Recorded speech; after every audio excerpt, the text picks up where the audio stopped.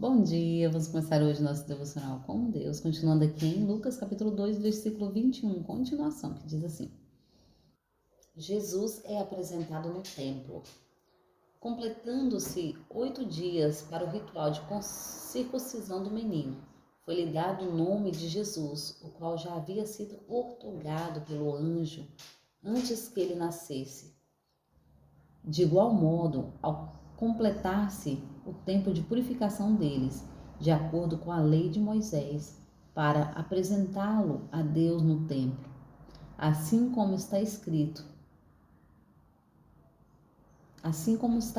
na lei do Senhor, todo primogênito nascido do sexo masculino deverá ser dedicado ao Senhor. Também um sacrifício deveria ser oferecido, como proclamar a lei do Senhor, 2 dolinhas ou 2 pombinhos. Entretanto, havia um homem de Jerusalém chamado Simeão, homem justo e piedoso, que almejava a consolação de Israel, e o Espírito Santo estava sobre ele, o Espírito Santo que lhe havia revelado que não morreria sem ter a oportunidade de ver o Cristo de Deus. Movido pelo Espírito Santo, ele dirigiu-se ao templo. Assim que os pais trouxeram o menino Jesus para realizar com ele o ritual de consagração exigido pela lei pela tradição e pela lei, Simeão tomou em seus braços e louvou a Deus e exclamou: Ó soberano, como prometeste, podes agora despedir em paz o teu servo, porquanto os meus olhos já contemplaram a salvação, a qual preparaste à vista de todos os povos, luz para revelação aos gentios e para a glória do teu povo de Israel.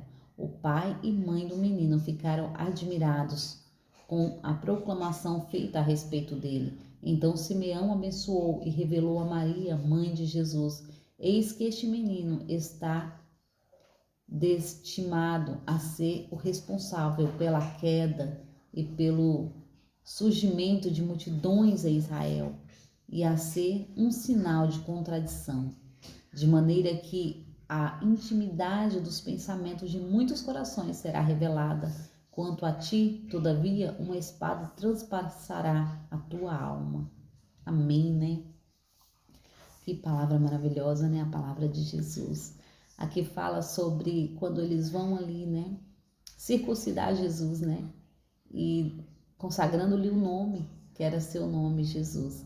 E aqui o interessante é que este homem ali, que ele faz isso, né? Deus tinha prometido para ele que ele não iria morrer antes de ver, né? O filho da salvação, que seria Jesus. E aqui ele declara isso, né? Ele declara com a sua própria boca, movido pelo Espírito Santo. Ele profetiza sobre esta criança, que é Jesus, que ele será o Salvador do mundo. Ele será o que vai trazer, né, contradições. Interessante isso, né?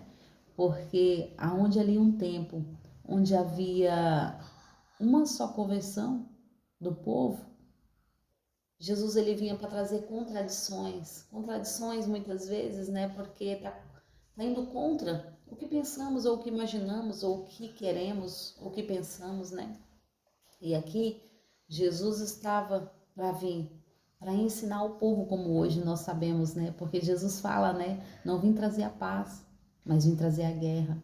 A guerra porque pai ia ficar contra filho, filho ia ficar contra pai, porque uns queriam servir ao Senhor e entendia que Jesus era o Salvador, e outros não, outros achavam que ele era só mais um.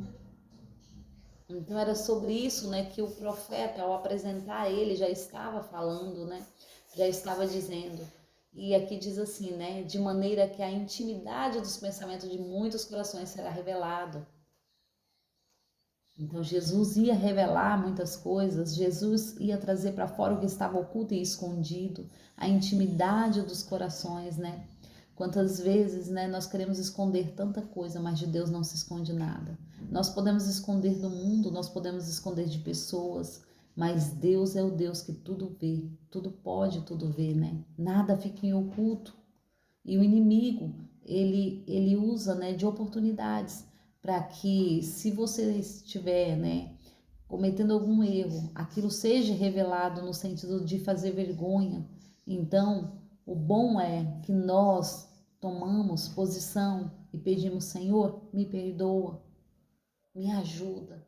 Quando isso acontece, as guerras que o inimigo se levanta contra nós para guerrear, elas são quebradas, elas são dissipadas.